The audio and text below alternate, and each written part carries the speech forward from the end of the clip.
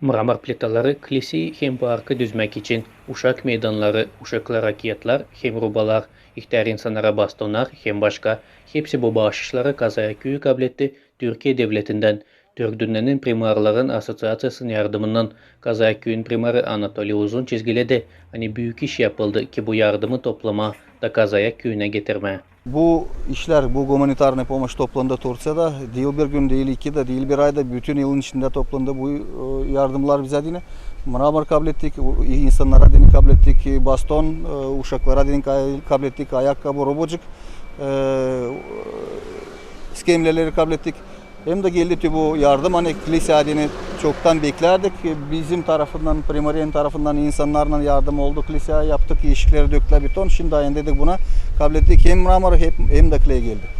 Anatoly Uzun şükür etti hepsini kim topladı bu yardımı kazaya köyüne dini. İsteyim söylemeye çok sağ olsun. Ivan'la bizim deputatımız, Rafet bizim köylü yaşayanlarımız. Hem de diğer bir insan hangısın var ilişkiliydi bu yardım anı geldi bizim köye. Olsun hepsinin sağlıca, hepsinin ailesine olsun kısmet, bereket. Hem de doğru hep böyle güzel buluşalım. Bizim de lağım olduğunu biz de yardımcı olalım Türkiye devletine. Yardımı toplama ilin değildi. Bu çok vakit alan bir proses. Nişanladı Moldova Parlamentin deputatı Ivanna Köksal.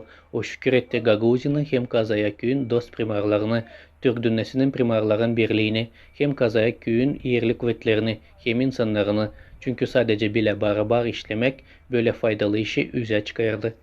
Bugün hepsimiz mutluyuz, hem seviniriz dini başa çıkarıldı. Güzel, büyük, zor ama faydalı bir iş. Ben isterim bugün şükür etmeye Haliz'de Kazayak köyün hem de Gagauzyan dostlarını Keçiören Primariyası'na Ankara'dan, Isparta Primariyası'na Isparta'dan, elbette Türk Dünyası Primariyalar Birliği'ni, çünkü onlar da her zaman yardım ediyorlar. Da böyle birlikte hem de Kazayak Primariyası'nı primarını Anatoly Dmitrievich Uzun, çünkü o kadar hızlı hem de güzel organize edildi işler. Ivanna Köksal nişanladı. Hani her bir yardım hangisi yapılar insanlara dini o yardım bütün yürekten. Çünkü faydalık olsun Gagauzya hem ana toprağı. İnsanımıza bunu seçimler karşısında vermeyiz, gözünü boyama adını. Biz ne gücümüz varsa, ne kuvvetimiz varsa, kolaylıklarımız ne kadar varsa bunları bütün yürekten yaparız. Hani kalıcı olsun. Köyümüze, Gagauzya'mıza, devletimize, ana toprağımıza fayda getirsin de kullanalım, koruyalım, hem de kendi uşaklarımıza da bırakalım. İleriye doğru Kazaya köyün kuvvetleri umutlanır yüze çıkarma daha birkaç projekt. Angıları köyü hem insanların yaşamasını daha yüksek uğra lazım kaldırsınlar. Alek Dolog'la Len tarafınız gayret haberler.